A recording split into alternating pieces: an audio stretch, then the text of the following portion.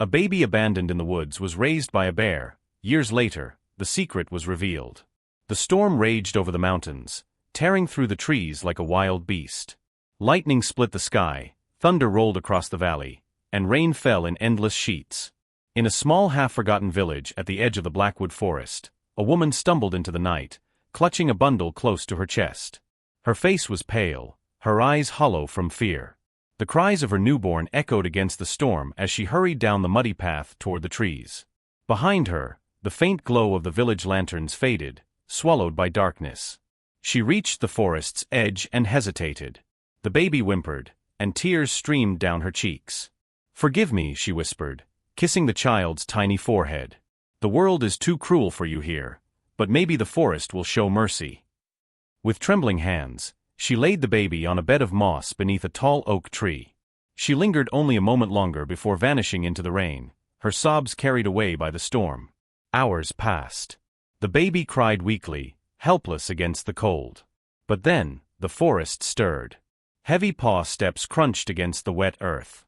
A shadow emerged, a massive brown bear, her fur dripping from the rain. She loomed over the infant, sniffing curiously. Any other night, the forest might have claimed the child. But something strange happened. The bear lowered her head, gave a low, soft huff, and nudged the baby gently. Then, with a surprising tenderness, she lifted the child by his blanket and carried him deeper into the woods. The storm raged on, but in the heart of the forest, a new story had begun. A child, abandoned by humans, was now in the care of a wild bear. The bear carried the infant carefully through the dripping trees until they reached her den, a hollow cave at the base of a cliff, lined with leaves and dry grasses. The storm rumbled outside, but inside, the cave was warm and sheltered. She set the child down and curled her body around him, her thick fur shielding him from the cold night air.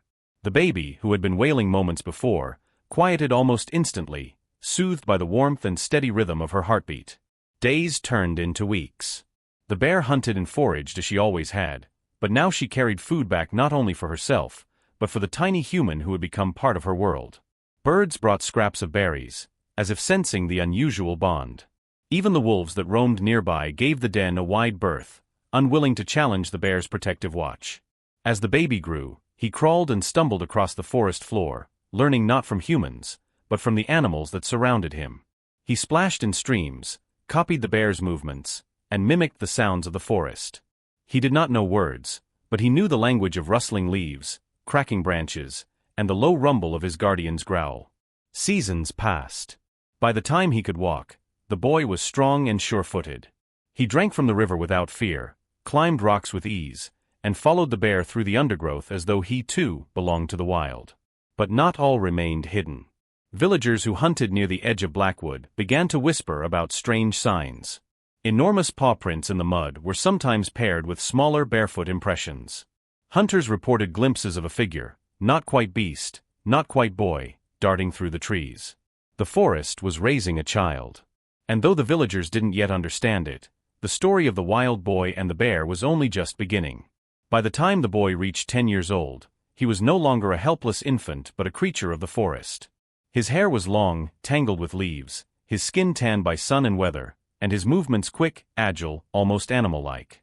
He lived as the bear lived, drinking from streams, climbing trees for honey, chasing rabbits through the undergrowth. His laughter was rare, but when it came, it was wild and free, echoing through the woods like the call of a bird. The bear remained always near, watching, guiding. When danger approached, wolves or sometimes hunters, she would step forward with a roar that shook the trees, sending threats scattering into the shadows. The boy would cling to her side, unafraid. But the outside world was beginning to take notice. One summer morning, a group of woodcutters ventured deeper into the forest than usual. As they worked, one man froze, pointing into the trees. There, for just a moment, a figure stood watching them. A boy, barefoot, wild-eyed, dressed in nothing but scraps of fur. He vanished as quickly as he appeared, darting into the shadows like a deer. But the men had seen enough. They returned to the village with whispers of a wild child. Some scoffed, dismissing it as drunken imagination. Others grew uneasy. Raised by wolves, they said. Or worse. Something unnatural. The rumors spread, feeding fear and curiosity alike. Children dared each other to go near the forest, though none were brave enough. Hunters sharpened their spears, convinced a beast, or something cursed, lurked within. Meanwhile, the boy knew nothing of the stories told about him. To him, the forest was his home, the bear his family. The human world was only a distant echo, a world he did not know, and did not yet need. But fate was closing in. Soon, the boy who belonged to the forest would no longer be able to hide from the world of men. It happened on a crisp autumn morning, when the leaves burned red and gold across the blackwood forest.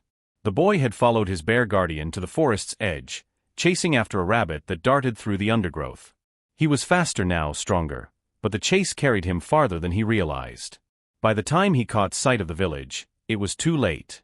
A group of children playing nearby froze when they saw him emerge from the trees. His hair hung wild over his face, his body lean and scarred from years in the wilderness. He crouched low, eyes flashing with animal alertness. To them, he was no boy at all, he was a wild creature. One child screamed. Within moments, adults came rushing with shouts of alarm. The boy panicked. He tried to run, but the villagers closed in quickly. A net was thrown, ropes tied around his arms. He thrashed, growled, even bit like a cornered wolf, but he was outnumbered. From deep within the forest came a roar, the bear. She charged forward, shaking the earth with her massive paws. The villagers staggered back, fear flashing in their eyes. But they held firm, thrusting torches forward. Fire crackled, and the bear skidded to a halt, snarling in frustration. The boy screamed, not in words, but in raw sound, calling for her. The bond between them was unmistakable, yet powerless in that moment. The villagers dragged him away, ignoring his cries. The bear lingered at the forest's edge, pacing, roaring, but unable to cross the wall of flames and weapons. Finally, she melted back into the shadows, her eyes fixed on the boy until the very last second. For the first time in his life, the boy was separated from his guardian. And the village, still trembling from what they had witnessed, carried him away, not knowing whether they had captured a boy, a beast, or something in between. The boy was bound and brought into the heart of the village. Crowds gathered, whispering in fear and wonder. Some called him cursed, others claimed he was a spirit of the forest. He snarled and fought against his restraints, unused to walls and firelight, his wild eyes darting everywhere. The elders debated what to do. Some argued he should be cast out before misfortune followed.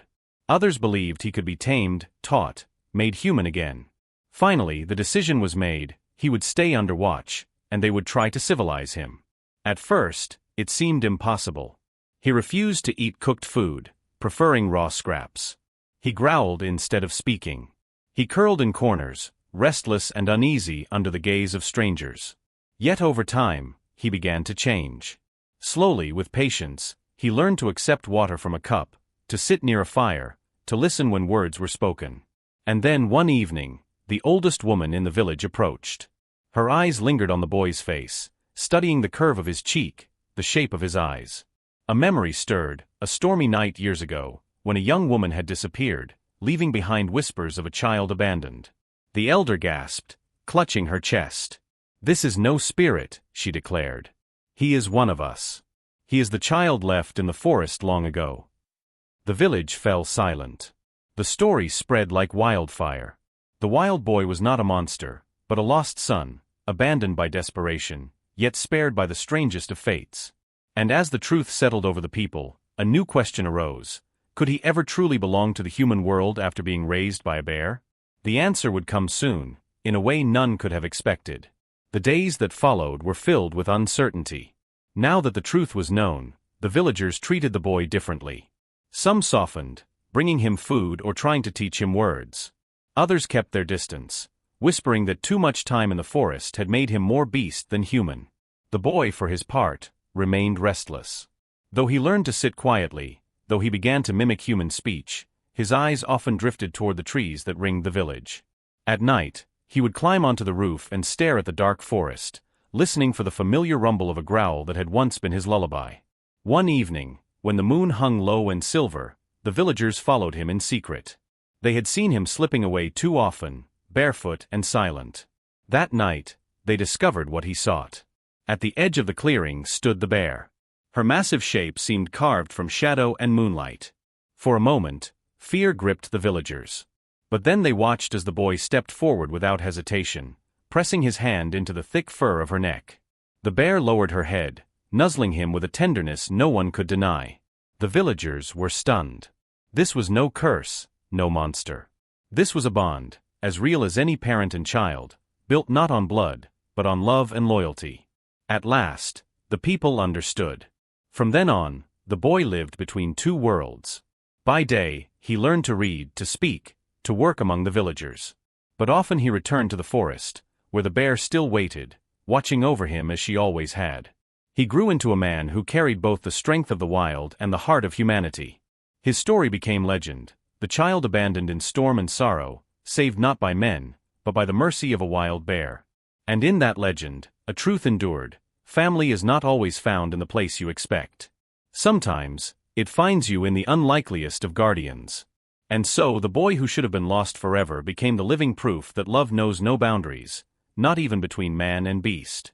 Family is not defined by blood, but by love, care, and the bonds we choose, even when they come from the wildest of places.